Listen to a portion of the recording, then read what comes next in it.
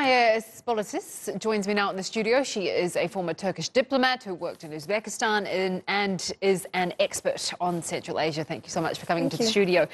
So Nazarbayev has ruled the country for 30 years, is the only president that Kazakhstan has ever known. His legacy is obviously mixed. What are your thoughts on his time at the helm?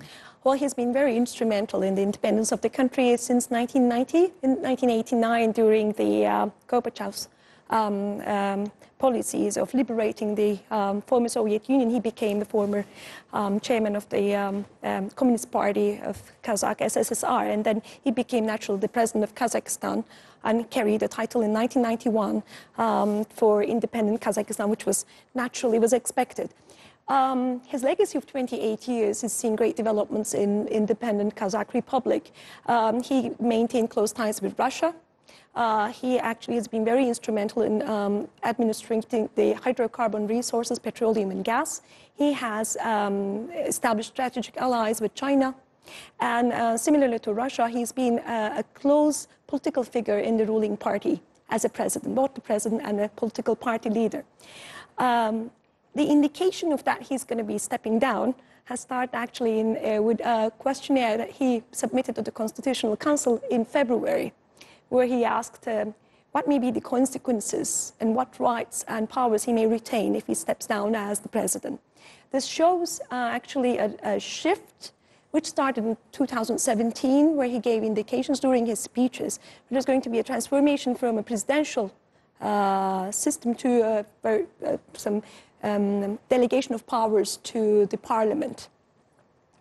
So when he was asked whether he's going to resign, he said no, but at the end we've seen what has happened today with immediate effect of resignation. But he's going to stay as the leader of the nation, and in May, and also he's going to be the head of the Security Council. So we can say that he's still going to maintain a lot of power. He's going to be, perhaps you could say, pulling the strings from behind the scenes, if you will. Naturally, because we could understand it very well when in May the Security Council has been transformed from the position of it's actually transformed itself to a coordinating unit, a powerhouse of coordinating all ministries, local administration, security agencies, and all state structures.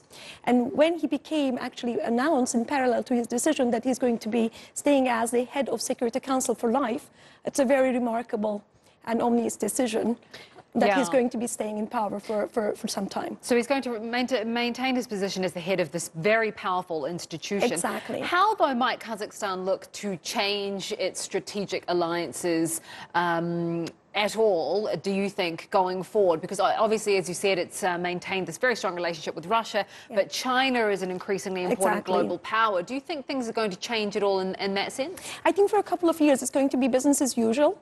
And Nazarbayev is going to stay as a significant figure and as a natural leader of the nation and the head of Security Council, but he's going to also be very instrumental in the ruling party Nursultan. He's going to stay as a president, and he's also going to be leading the Kazakh Wealth Fund, which is very important. I think that all through his tenure term, he's been very close to China. And he actually was very clever enough to understand the Chinese politics. So with the emergence of the Silk Road project, I think Kazakhstan is transforming itself to make independent decisions. And there's going to be a shift from becoming a peripheral satellite country of Russia to a more independent in terms of strategic decision and strategic alliances. They're going to be making their decisions on a different shift of alliances. That's fantastic. True. Thank you so much for coming in. Thank you. That's Gaye Spolitis, an expert on Central Asia.